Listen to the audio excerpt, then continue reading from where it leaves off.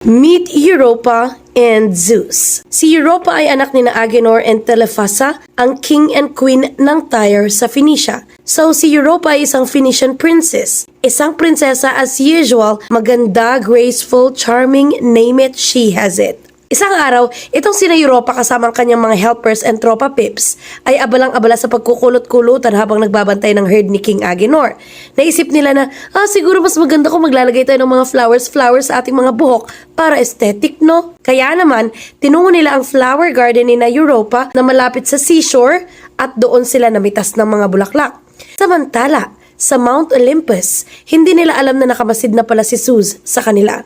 At ang mga mata niya ay nag-shining, shimmering, splendid na naman sa mortal woman nga na si Europa.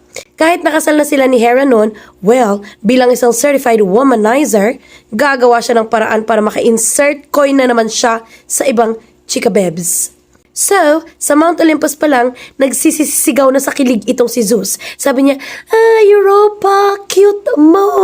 Tapos nag-overthink na siya. Sabi niya, kailangan mapa sa akin yung si Europa cute. Pero hindi ako pwedeng magpakilala as Zeus kasi baka matakot siya. Baka layuan niya ako. Baka hindi ako kausapin. Hindi ko kaya yon. Ibig sabihin, kailangan ko na namang mag-disguise katulad ng ginawa ko sa ibang kababaihan. Kaso, ubos na ang human transformation card ko. Pero may naisip ako, don't worry self. Ganun. Para hindi siya makilala, transform niya ang kanyang sarili sa isang magnificent white bull. Pagkababa niya sa kalupaan ay inihalo niya ang kanyang sarili dun sa mga alagang hayop na binabantayan nga ni na Europa and friends. Maya-maya pa ay bigla silang nakarinig ng sobrang lakas na sigaw. Sabi niya, look, it's a bull! It's a bull! Bull! Ganun. So agad-agad na pumunta itong sina Europa and friends at nakita nga nila yung magnificent white bull. Siyempre itong si Zeus, sinasadya niyang lumapit kay Europa. Sabi niya sa isip niya, sige na Europa, pet my puwet, ganun. Sabi ng isa sa mga friends ni Europa, kakaiba to sa lahat ng bulls na alaga ng tatay mo, no? Yung iba kasi, maitim, tapos mabuhok. Ito, cutesy. Bukod sa maamo, may golden horn pa. Pwede itong isang lakay Boss Toyo. Charing. Itong isang friend ni Europa, sinubukan niyang sakyan yung malaking bull. Pero syempre si Zeus, pabebe, ayaw niya. Kaya nag-wiggle-wiggle siya. At kung ano-anong twerk ang ginawa niya para mapaalis yung friend ni Europa. Pero, nung si Europa na ang sumakay sa likod niya, sa kilig ng bull ay natais siya. Kaya may bull shit.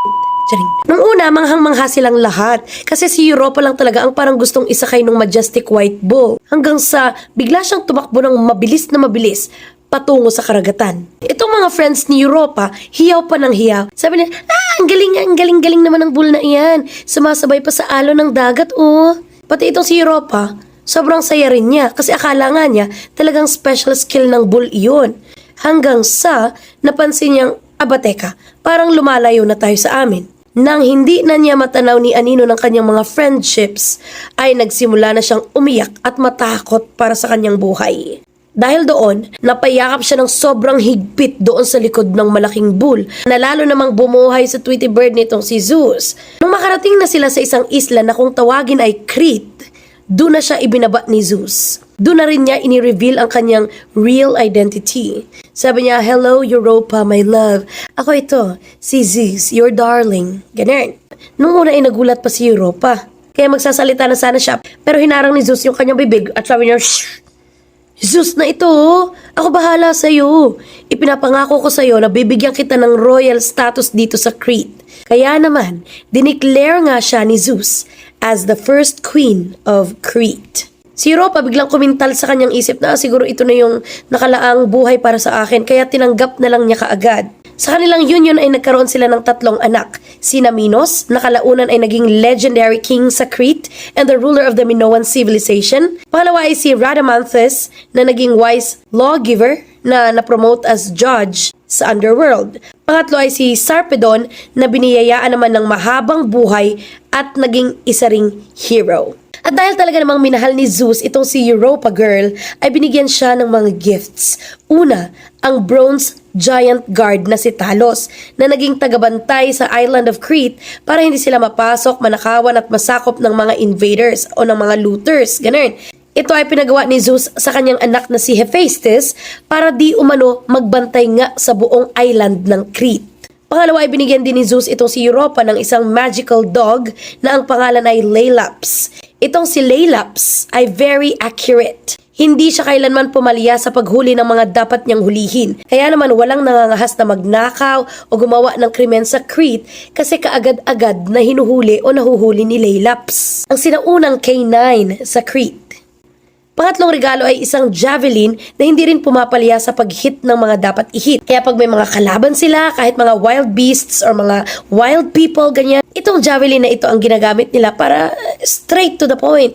Nahihit na kaagad sila, namamatay na kaagad sila, ganun. Marami pang gifts na binigay si Zeus dito kay Europa. Ang pinakamatindi roon ay gusto niyang i-immortalize or maalala ng mga gods and goddesses yung ginawa niyang pag-transform sa kanyang sarili bilang isang bull para lang makuha si Europa. Kaya naman, inilagay niya di umano sa kalangitan ang image ng isang bull at kinilala ito bilang constellation Taurus. Samantala itong si Europa bilang the first queen of Crete ay minahal, iginalang, inalagaan ng mga tao sa Crete. Kalaunan ay napangasawa niya si Asterius na naging king of Crete. Bagamat hindi sila nagkaanak ni Europa, ay inampun na lamang nitong si Asterius yung mga anak ni na Europa at Zeus na sina Minos, Radamanthus, and Sarpedon. Tumayo siya bilang isang tunay na ama at tinuring din niya na parang sarili niyang anak yung tatlong yon. Sa mga susunod na videos ay aalamin naman natin kung ano nga ba ang nangyari kina Minos, Radamanthus at Sarpedon. For more chismith, ay subscribe na lamang po kayo sa aking YouTube channel, Teacher Marine, at doon po kayo makakapag-play ng mas marami pang myths or chismiths.